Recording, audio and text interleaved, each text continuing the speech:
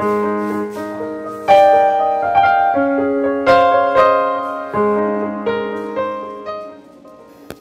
পরিবেশ অথবা নিরিবিলিতে যদি একদিন বা দুদিনের জন্য সময় কাটাতে চান তাহলে চলে আসুন ইছামতি নদীর ধারে টাকি শহরে।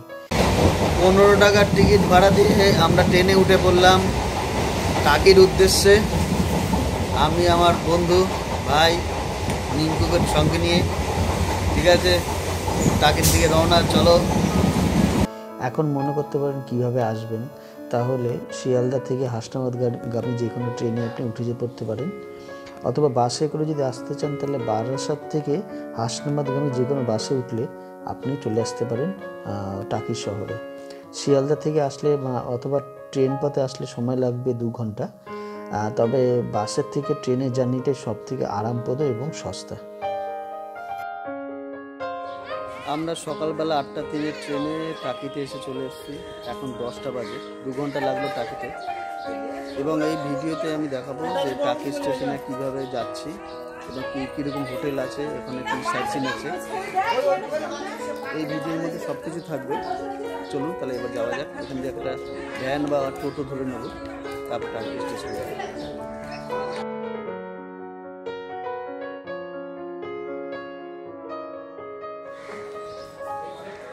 দেখা যায় এখান থেকে কোনো টোটো বা অটো পাওয়া যায় কিনা। এগুলো দেখতে পাচ্ছি টোটো আছে।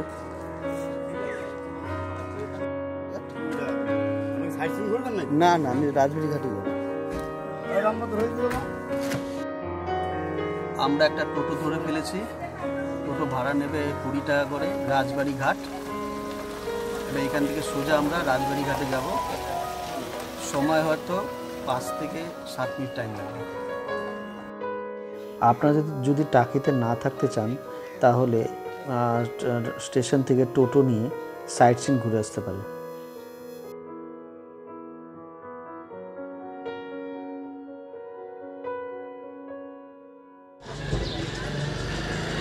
রাজবাড়ি ঘাটের দিকে চলে এসেছি। 10 থেকে 12 মিনিট টাইম লাগলো। এই হলো রাজবাড়ি ঘাট। অটো করে টাইম লাগলো স্টেশন থেকে। ভাড়া নিল মাত্র 20 টাকা।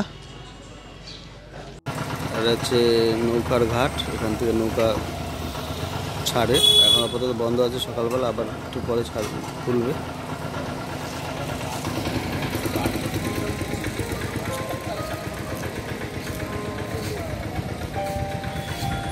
আমরা এখন টাকিতে চলে এসেছি। এখান থেকে আমরা এখন একটা গেস্ট হাউস ভাড়া নেব, করে সারাদিন এখানে থাকবো। বিকেলবেলাটা হয়তো সাইট সিন ঘুরতে যাব। আবার কেউ কেউ আছে এখান থেকে সারাদিন ঘুরে বিকেলবেলা তারা বাড়িয়ে চলে যাচ্ছে। আমরা সেটা করব না। এক রাত্রি আমরা এখানে থাকার একটা প্ল্যান আছে এবং এখানে দেখব যে এখানে কোথায় কোথায় কী কী গেস্ট হাউস আছে এবং কত কি ভাড়া আর কি কি সাইট সিন এখানে হবে সেটা আমি আপনাদের পুরো ভিডিওতে দেখাবো। ভিডিওতে সাথে থাকুন। মানে বোটটা কি আপনার একজন উঠলেও 1000 টাকা, 10 জন উঠলেও 1000 টাকা? আচ্ছা, 1 থেকে 10 জন রিপোর্ট বোটে 1000 টাকা।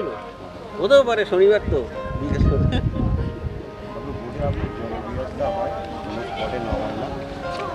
শুধু জলবিহার হবে, আর কোথাও নামাবে না। নামালে পরে আবার আলাদা না, বিএসএফ নামতে দেবে না। আপনার ঘাট থেকে উঠতে হবে, ঘাটে নামতে হবে। পুরোটা বর্ডার আছে। আচ্ছা, আপনার হাফ কিলোমিটারের মাথায় মাথায় একটা করে ওয়াচ টাওয়ার আছে। বিএসএফ ডিউটি দিচ্ছি 24 ঘন্টা।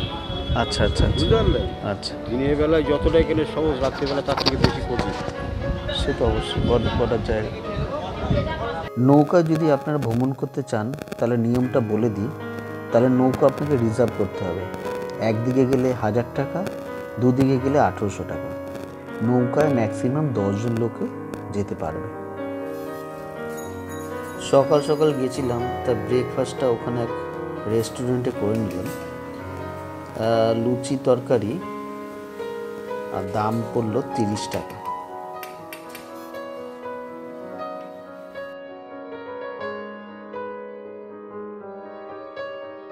সকালের ব্রেকফাস্ট সেরে আমরা বেরিয়ে পড়লাম ঘর খোঁজার জন্য।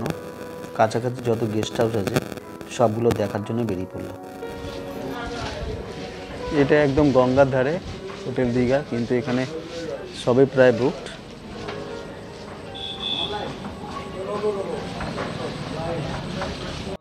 এই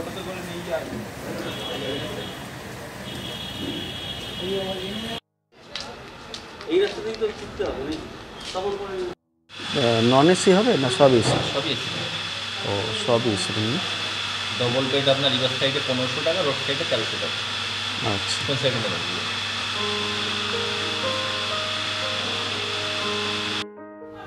গভর্নমেন্টের গেস্ট হাউস কিন্তু এখন নেই। সামনে অনেকটা জায়গা আছে খেলাধুলা করার।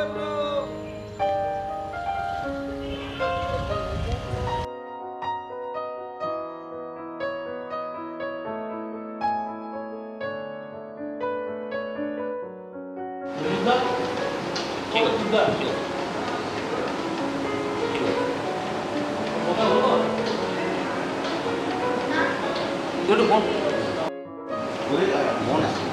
হ্যাঁ, নন এসি হলে হয়ে যাবে।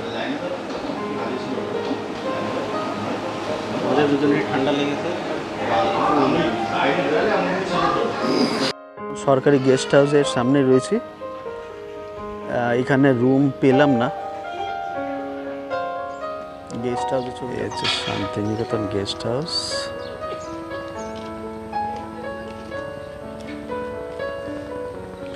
শান্তিনিকেতন গেস্ট হাউস আর ঠিক তার উল্টো দিকে ইছামতি নদী। অপূর্ব দৃশ্য, মন ভরা দৃশ্য। এমনি সময় এখানে কেটে যাবে। দারুণ হাওয়া দিচ্ছে। ওই বাইকটা যেদিকে ঢুকলো সেই দিকে সব যেতে হবে। তবে হবে। নদীর পাড় দিয়ে আমরা হেঁটে যাচ্ছি, আমি আর মিন্টু। হোটেল খুঁজে যাচ্ছি। যত হোটেল দেখছি গঙ্গার ধারে সব।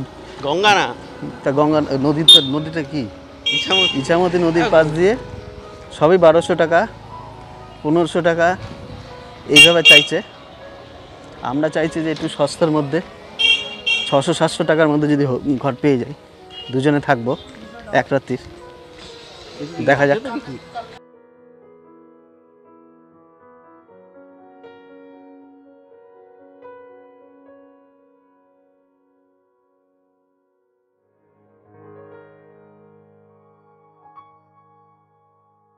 রাত্রিতে সবই ভাড়ায় 1400 বলছেন, আর নিচেটা বলছেন 1200 টাকা। পাশেই আছে শ্রী শ্রী পটেশ্বরী মন্দির, শিব মন্দির টাকিতে।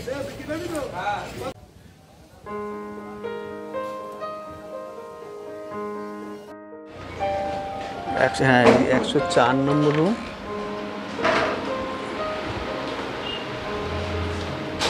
আচ্ছা, সবই এরকমই 104 নম্বর রুমে এরকম বাইরের দিকে ভিউ পয়েন্টটা রয়েছে।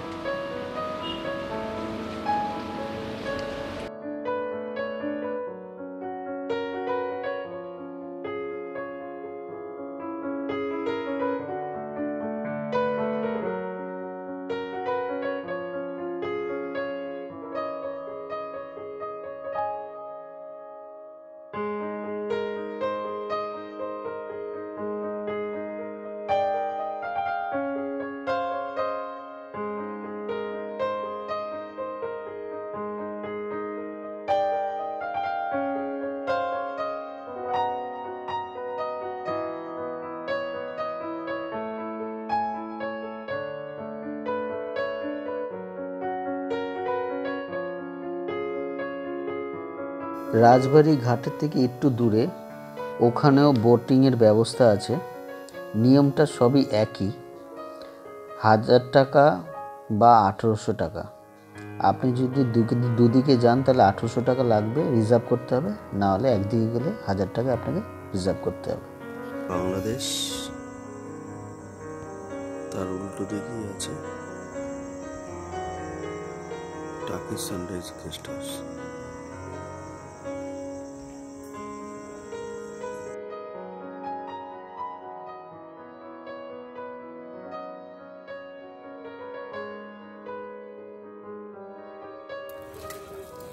মাঝখানে আমাদের খুব খিদে পেয়ে গেছে হোটেল খুঁজতে খুঁজতে, তা একটা ডিমের পোচ আমরা অর্ডার করেছি এই কাকার দোকান থেকে।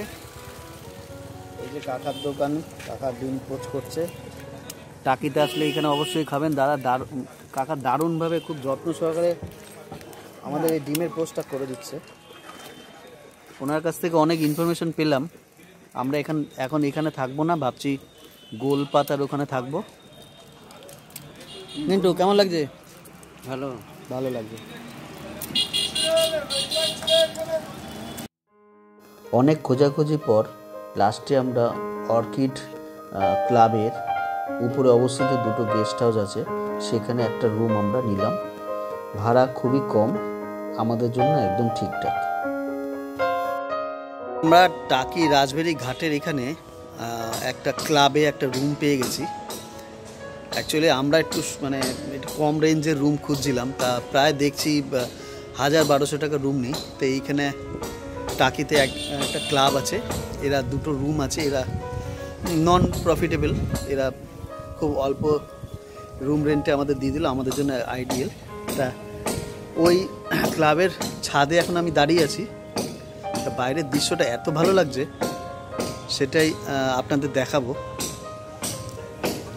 পিছন দিকে একটা আম গাছের মতন আছে, আর একদম এই ছাদের থেকে পুরো ইছামতি নদীটা দারুণ দেখাচ্ছে। এই যে দীঘা গেস্ট হাউস, সামনে হচ্ছে এখানে টাকি পৌরসভার এখানে হচ্ছে লঞ্চ ঘাটটা, সামনে বাংলাদেশ, সোনার বাংলা, এটাও সোনার বাংলা, মাঝখানে ইছামতি নদী।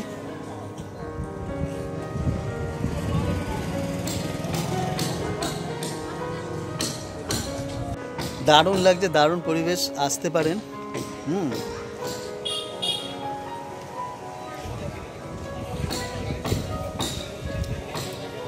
আর সামনে এখানে ওই যে টোটোগুলো দাঁড়িয়ে আছে, এরা সব সাইড সিনগুলো করায়।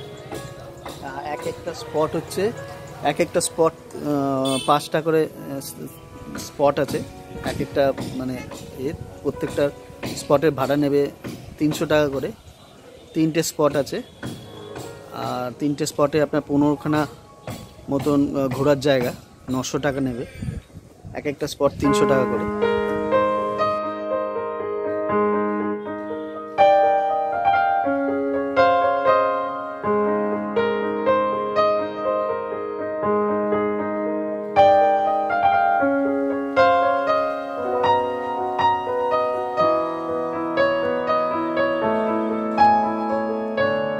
এবার দুপুরে খাওয়া দাওয়ার পালা। আমরা দুপুরে খাওয়া দাওয়া অর্কিড ক্লাবের উল্টো দিকে একটা বিরিয়ানি দোকানে সেরে নিলাম, দ্য বং বিরিয়ানি হাউস। খুব সুন্দর রান্নাবান্না করেছিল।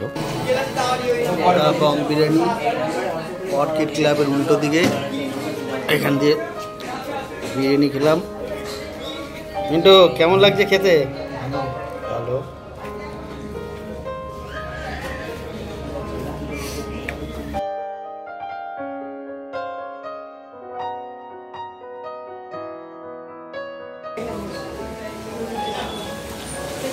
কবে দিয়ে করছিস? কতদিন ধরে করছিস? এই 4 মাস ধরে এখানে 4 মাস করলাম।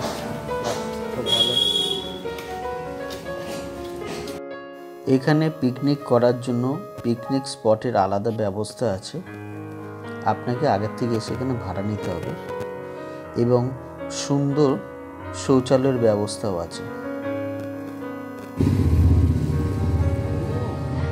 এটা ডালা অর্কিড, এখানে দুর্গাপুজো হয়।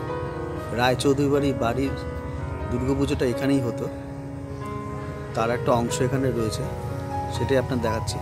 অর্কিড ক্লাবের থেকে ওপর যেটা।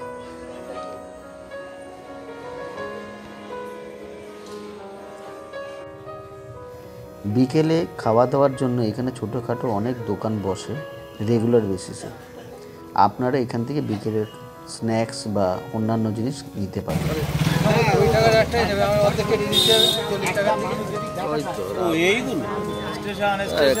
এগুলো ভালো জিনিস।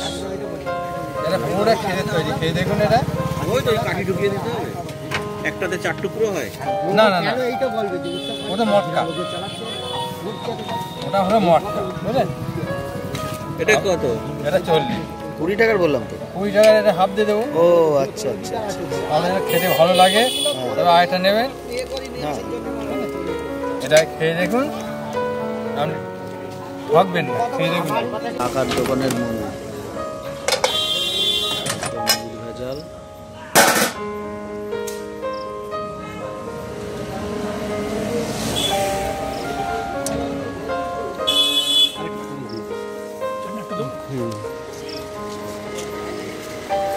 কিসের চাটনি কাকা এটা? হটডলি সস।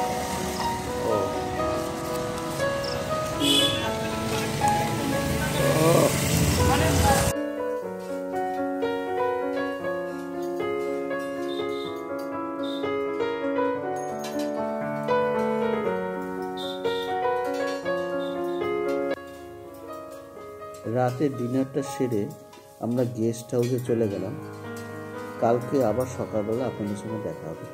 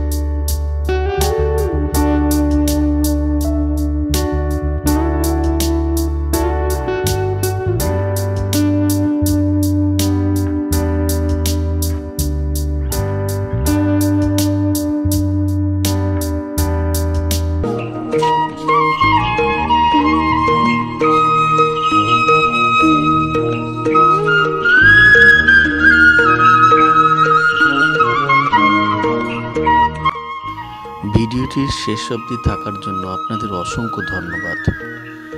টাকি ভ্রমণের প্রথম পর্ব আজ এখানেই শেষ হলো।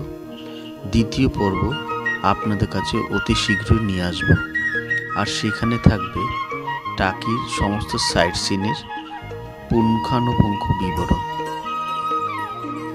আবার অসংখ্য ধন্যবাদ জানিয়ে ভিডিওটি এখানেই শেষ করলাম। নমস্কার।